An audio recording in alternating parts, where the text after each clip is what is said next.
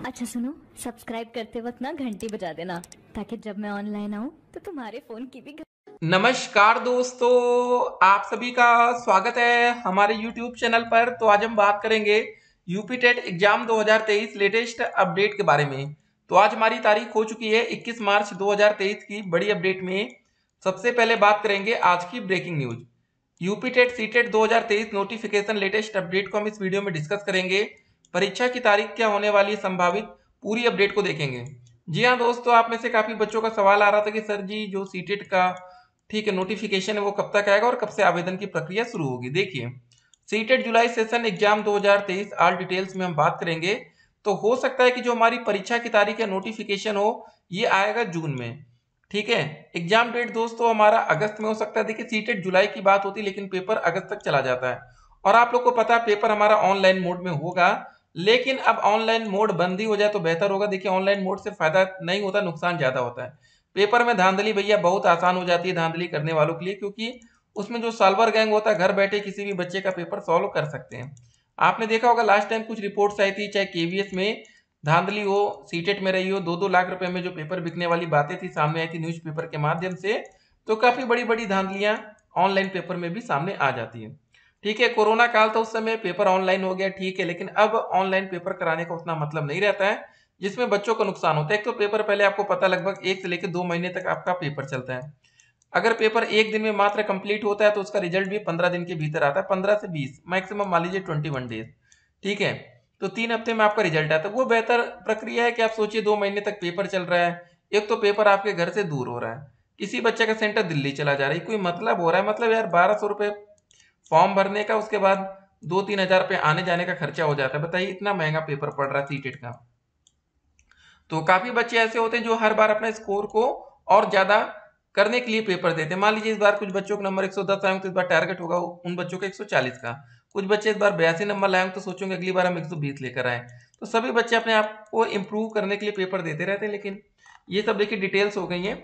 एक और दोस्तों नोटिस जारी किया गया था भैया, जो पुलिस वाले आप देखते होंगे क्या होता है, उस अपडेट को भी हम आपके सामने रखेंगे। लेकिन एक और अपडेट है, वैकेंसी थोड़ी सी बढ़ा दी गई है। ये अपडेट कहाँ से आ रही है, जरा इस अपडेट को भी हम देखते हैं। देखिए, एसएससी जीडी में कुल वैकेंसी 46,435 से बढ़कर 50,187 के पार हो गई। अच्छी खबर है। बिना टिकट ट्रेन में सफर करने वाले पुलिस कर्मियों पर होगी सख्त कार्रवाई। जी हाँ दोस्तों, अभी हम जो नोटिस आपके सामने रख रहे थे, कोर्ट की तरफ से दोस्त एक आदेश आता है कि जो हड़ताल कर रहे थे कर्मचारी, उनकी गिरफ्तारी क्यों नहीं की गई। ठीक है, बिजली विभाग में भी आपने देखा होगा यूपी में एक बहुत ही बड़ा हड़ताल हुआ, 72 घंटे तक लाइट जो कटने का सिस्टम शुरू हुआ था। तो लेकिन हड़ताल वापस हो गया है, लेकिन कोर्ट की तरफ से टिप्पणी आ जाती है। लेकिन आपको बता दें, जब 6,800 बच्चों के साथ, जी हाँ दोस्तों, ओबीसी और एससी कैटेगरी के छात्रों के साथ चयन सूची रद्द हो गई। सोचिए, वो बच्चे डिप्रेशन में चले गए, एक बच्चे ने सुसाइड कर लिया। तब बताइए कोई इन बच्चों का सहारा नहीं बना। लेकिन लाइट कट जाती है तो भैया कोर्ट की तरफ से बड़े बड़े आदेश आ जाते हैं, उनकी गिरफ्तारी क्यों नहीं। और इस वैकेंसी में 69,000 शिक्षक भर्ती में दोस्तों आपको बताना चाहेंगे, अगर 6,800 पदों पर एक नई चयन सूची जारी हुई थी तो सीधा सा मतलब ये था कि 6,800 पदों पर आरक्षण घोटाला हुआ। घोटाला हुआ तो जो इसके जिम्मेदार थे उनकी गिरफ्तारी नहीं की गई, उनके साथ कुछ भी नहीं हुआ। मतलब आप समझ सकते हैं कि 6,800 बच्चों का भविष्य बर्बाद कर दिया गया। जिनको नौकरी मिल सकती थी नौकरी नहीं दी गई, लेकिन जिन्होंने ये गलत काम किया उनके साथ कुछ भी नहीं किया गया। क्या शिक्षक भर्ती में आने वाले समय में 1/4 अंक टिट के जुड़ेंगे? सभी बच्चों के मन में एक ही सवाल रहता। तो दोस्तों ये सवाल का आंसर आपको तब मिलेगा जब सुपर टिट का विज्ञापन आएगा। ठीक है, शिक्षक भर्ती का विज्ञापन आएगा तब ये बातें क्लियर होंगी। अब आज 21 तारीख है, एक और बड़ी तारीख आपके सामने रखेंगे 23 मार्च की। अब इस दिन भी दोस्तों हमें कुछ बड़ा देखने को मिल सकता है, देखते हैं क्या होता है। जी हाँ दोस्तों, एक बड़ी तारीख है 23 मार्च, कुछ बड़ा होने की उम्मीद है। बच्चे शिक्षक भर्ती के लिए लगातार संघर्ष कर रहे हैं कि सरकार जल्द से जल्द बड़े पदों पर विज्ञापन जारी करे। बच्चों की मांग थी 17,000 पदों की। पहले देखिए सरकार ने कहा था हम वैकेंसी निकालेंगे, 51,112 पद सरकार ने कहा था खाली है। उसके बाद बच्चों की मांग जो थी हमारी 97,000 पदों पर थी, शिक्षक भर्ती निकाली जाए। कैसी ये मांग आई, 51,000 पदों पर जो ये पद खाली है, प्लस लगभग 22,000 पद, 68,500 शिक्षक भर्ती में खाली थे। और उसके बाद हर साल कुछ ना कुछ टीचर रिटायर हो रहे हैं, उन सभी पदों को जोड़कर लगभग 97,000 पदों पर एक वैकेंसी निकाली जाए। लेकिन वो वैकेंसी आज तक नहीं आई। पुरानी पेंशन के लिए रैली निकाल किया गया प्रदर्शन।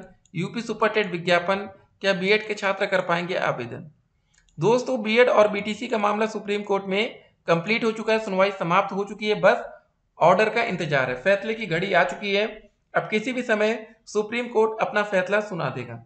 ठीक है, जीत किसकी होती है देखने वाली बात होगी। देखिए गाइस, एक बात याद रखिएगा, लिख लीजिएगा, कोर्ट की तरफ से जो भी फैसले आते हैं बहुत सख्त फैसले होते हैं, बिल्कुल आपको उसकी उम्मीद नहीं होती। जब दोस्तों 6800 पदों की चयन सूची रद्द हो गई, बच्चों को बिल्कुल भरोसा ही नहीं हुआ कि ये कैसे हो गया।